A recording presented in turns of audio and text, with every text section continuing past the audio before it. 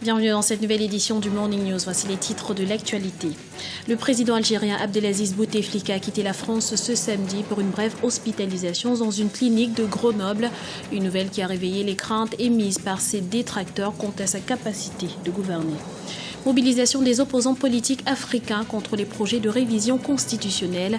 Ils se sont réunis ce vendredi à Paris pour exiger le respect des textes fondateurs. Et puis, en Afrique, comme dans certaines régions du monde, l'utilisation des organismes génétiquement modifiés fait débat. Focus sur le cas du Bénin dans cette édition. Le président algérien Abdelaziz Bouteflika a quitté ce samedi la clinique de Grenoble en France où il était hospitalisé depuis ce jeudi. La présidence algérienne ne s'est toujours pas exprimée à ce sujet. Une situation qui inquiète de plus en plus le peuple algérien qui s'interroge sur ses capacités à gérer les affaires de l'État. L'opposition politique, elle, évoque une vacance du pouvoir. Anan Faro.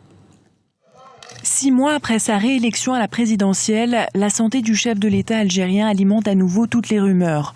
Le président Abdelaziz Bouteflika a quitté ce samedi le service de cardiologie et de maladies vasculaires d'une clinique de Grenoble en France où il était hospitalisé depuis ce jeudi.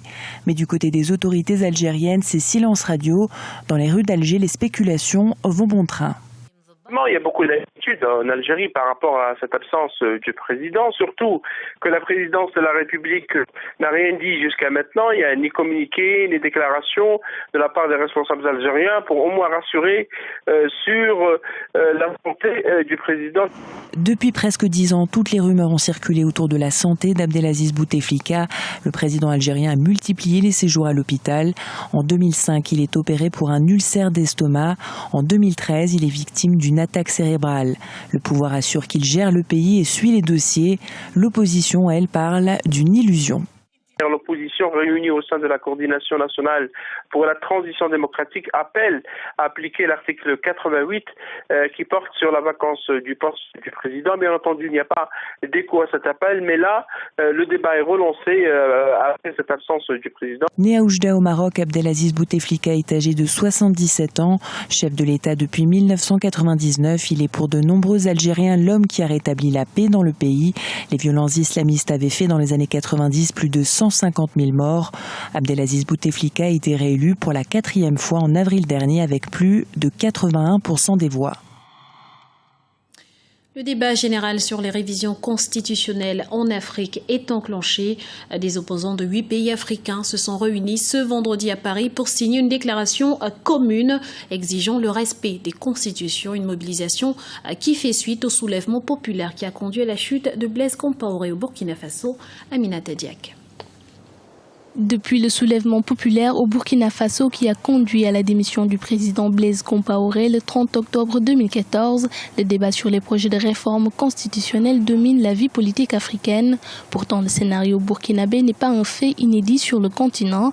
En 2012, l'ancien président sénégalais Abdoulaye Wade avait annulé son projet de loi constitutionnelle sous la pression de la rue. Des événements qui ont amené des opposants originaires de 8 pays d'Afrique à signer une déclaration commune exigeant le respect des textes fondateurs ce vendredi 14 novembre 2014 à Paris, la capitale française. Il y a un effet révolution, deuxième révolution burkinabé qui a renversé Blaise Compaoré qui voulait modifier la constitution. Et cet effet, les oppositions de certains nombres de pays africains capitalisent autour de cela pour essayer justement d'attirer l'attention des partenaires internationaux de ces pays qui, à l'horizon, vont organiser des élections pour ces opposants. Il faut lancer des alertes pour éviter justement que la tentation de modification de la Constitution ne se traduisent dans les faits. L'évolution de la situation politique au Burkina Faso met ainsi certains chefs d'État africains en alerte. Plusieurs moyens sont actuellement mis en œuvre pour réduire le risque de contagion de la révolution burkinabé. Que dans la plupart des pays, les télévisions locales, nationales n'ont pas diffusé les images. On passait rapidement l'information. Cependant, les populations, les citoyens, les partis politiques ont pu, par d'autres canaux, accéder à l'information et donc aujourd'hui, il y a de l'agitation un peu auprès de la jeunesse, auprès de la société civile, auprès des partis politiques. Des élections présidentielles vont se succéder en Afrique entre 2015 et 2017 et dans plusieurs pays, des projets de réforme constitutionnelle sont en débat. Reste à savoir si nous assisterons au printemps africain, comme le prédisent certains spécialistes, ou au respect des règles démocratiques instaurées dans les pays concernés. Au Niger, les députés appellent à prononcer la vacance du poste de président du Parlement. Une requête qui fait suite au départ de Hama Amadou le 27 août dernier, après avoir été mis en cause dans une affaire de trafic présumé de bébés. La Cour constitutionnelle nigérienne dispose de 15 jours pour trancher. Et si la vacance est prononcée, un nouveau président du Parlement sera élu. Explication avec Marina Vanier. Ils veulent prononcer la vacance du poste de président de l'Assemblée nationale. Eux, ce sont les 113 élus du peuple nigérien. Les députés ont soumis ce vendredi 14 novembre une requête à la Cour constitutionnelle afin qu'elle constate la vacance du poste de président de Parlement. Poursuivi pour son implication présumée dans un trafic de bébés au Nigeria, le président de l'hémicycle, Hama Amadou, s'est exilé en France depuis le 27 août 2014. Clamant toujours son innocence, cet ancien soutien du président actuel Mahamadou Issoufou dénonce une machination politique visant à l'écarter des présidentielles de 2016. C'est un nouveau rebondissement dans cette affaire qui soulève déjà des tensions dans la classe politique. Pour les élections de 2011, je l'ai soutenu et c'est grâce à mes voix qu'il est passé président de la République. Je pensais sincèrement qu'il pouvait être une alternative. Malheureusement, après 2 ans d'une alliance qui ne s'est pas toujours bien passée, je me suis rendu compte que son objectif de 2016 l'a mené à vouloir affaiblir tous les partis politiques, y compris les partis qui sont alliés aux siens, parmi lesquels évidemment le mien, et en même temps m'affaiblir et m'emprisonner. Quand j'ai compris cela, il était inévitable qu'il fallait prendre mes distances et créer les conditions d'un affrontement beaucoup plus franc et plus régulier. 17 personnes, dont 12 femmes, ont été arrêtées le 26 juin 2014 au Niger dans cette affaire. Parmi les personnes emprisonnées se trouve l'épouse de Hama Amadou. Étant le principal opposant, il a toujours crié au complot politique. Allégation démentie par le gouvernement nigérien qui nie toute ingérence dans les poursuites judiciaires. Monsieur Amadou a quelques problèmes avec la justice. Il ne les a pas avec le président Issoufou ni avec le gouvernement. Il n'aurait jamais été en mesure de l'envisager s'il n'avait pas été impliqué dans un circuit qui est considéré comme un circuit criminel pour le moment. La femme de M. Amadou, avec laquelle il était marié depuis plus de 20 ans, au mois d'août 2012, est allée au Nigeria ramener des bébés qu'elle prétend avoir accouchés. Et il nous semble que depuis lors, elle a comme ouvert un chemin qui a permis à tous les couples stériles du Niger d'aller se ravitailler un enfant au Nigeria. Si la Cour constitutionnelle prononçait la vacance du poste, les députés nigériens devront élire un nouveau président dans les 15 jours qui suivent. Une décision de la plus haute juridiction du Niger est attendue dans les 2 prochaines semaines. Au Kenya, le secteur théier est en perte de vitesse, principale culture commerciale du pays. Les agriculteurs menacent de l'abandonner parce qu'ils la jugent moins rentable qu'avant, une situation qui risque de mettre à mal l'économie nationale, comme nous l'explique Guevanido. Les agriculteurs et les cueilleurs de thé kenyans veulent abandonner l'une des plus importantes sources de revenus de l'économie nationale. En effet, ces chefs d'exploitation gagnent depuis 3 ans 40% de moins par kilogramme de thé vendu et jugent cette situation insupportable. Résultat, ils menacent de déraciner les buissons de thé et se réorienter vers d'autres secteurs porteurs. Cette culture du thé, pour être honnête, est devenue inutile parce que le prix a baissé. Les prix des engrais ont grimpé, les prix des pesticides ont augmenté. Maintenant, nous décidons de déraciner cette culture et garder le bétail.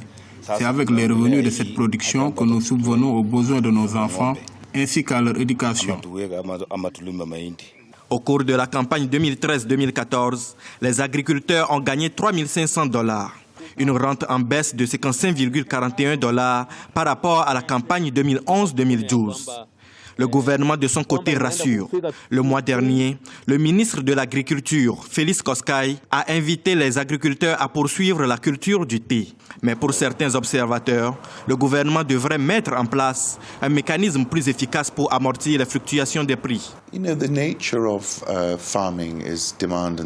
Le marché mondial agricole est régi selon la loi de l'offre et de la demande, et l'offre a tendance à réagir en fonction des prix. Il est donc à prévoir que nous ne pourrons pas avoir l'année prochaine autant de producteurs de thé que cette année, parce que les gens vont regarder d'autres options avec lesquelles ils peuvent remplacer le thé. Je pense que cette baisse continuera parce que les marges de manœuvre dans les marchés de thé sont minces. Nous devons réduire notre offre afin d'obtenir des prix plus élevés. L'Autorité nationale de régulation du thé propose de son côté au gouvernement la suppression d'une liste de 24 taxes.